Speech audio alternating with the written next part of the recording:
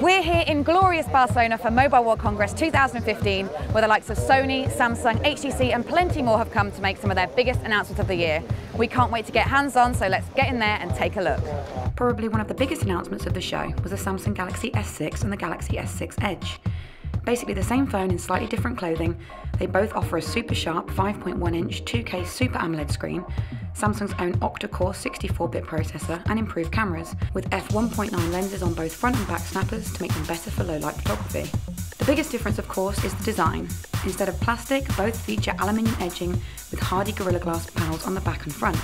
But the biggest difference with the S6 Edge is it features curved edges on both sides. There are a few things you can do with these edges from a software perspective that you can't do on the S6, including view at-a-glance notifications with information stream and save frequent contacts there using People Edge. The downside to this new design on both the S6 and the S6 Edge needs no SD card slot or removable battery, but Samsung is promising good things from their battery lives, including wireless charging and fast charging technology, the latter of which will allow for 4 hours of battery life from just 10 minutes of charging. Both phones are available in a choice of white, black or gold, with an exclusive blue for the S6 and emerald green for the S6 Edge. They'll be available in April with pricing TBC. Sony broke with tradition this year and didn't announce a new flagship smartphone at MWC 2015, instead concentrating on a new flagship tablet, the Z4 tablet, featuring a bright 2560 by 1600 2K screen in a first for Sony portable devices. It's the world's thinnest and lightest 10-inch tablet, offering a slimmer, more refined design to its predecessor, a fast new processor and improved cameras. It packs high-res music support and promises 17 hours of battery life, with 32 gig of onboard storage and a microSD card slot for expansion. Announced alongside it was Sony's Xperia M4 Aqua, a mid-range handset that offers a 13-megapixel camera, 2-day battery life and a design that comes very close to that of the flagship Z3, just with a little more plastic in place of aluminium. As we've come to expect from Sony, both devices are waterproof to IP68 certification, and you can have both of them at depths of up to 1.5 meters for up to 30 minutes. Both also feature the new uncapped charging port, which means you don't need a protective cover over the micro USB port, so there's less fiddling. Both will be available sometime this spring.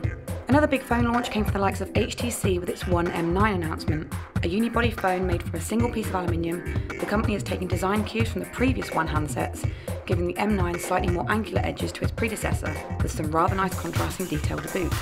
The phone features a 5-inch Full HD screen, high-res music support with Dolby 5.1 processing, and improved cameras, with a new 20-megapixel snapper on the rear and last year's ultra-pixel flagship camera now placed on the front.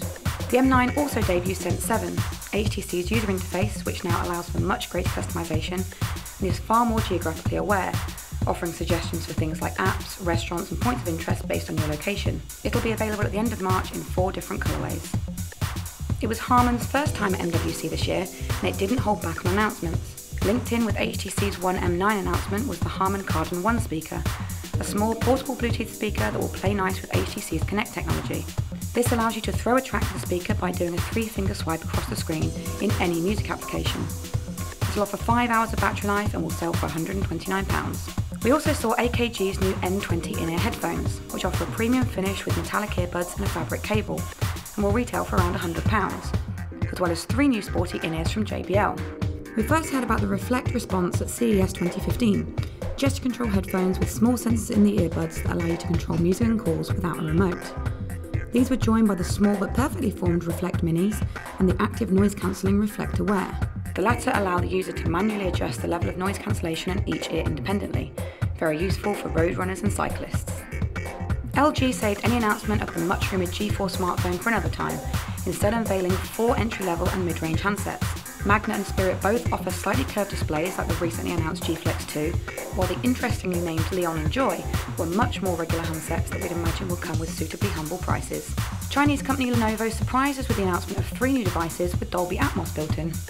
The A7000 smartphone is the world's first with this tech, while the A8 8-inch tablet and the A10 10-inch tablet are the first Lollipop tablets to feature it. The good news is that they'll come with relatively reasonable prices, starting from $99 for the A8 tablet. We're still waiting on UK pricing.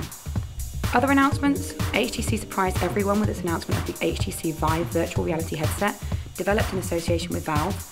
Dolby was showing off its take on Atmos in a VR environment, and Huawei showed off a whole host of new wearables, including the TalkBand N1, a pair of wireless sport headphones with 4 gig of memory and fitness tracking built in. A busy show then, with plenty of big products we can look forward to landing on our shelves in the next few months. But what did you think of the announcements?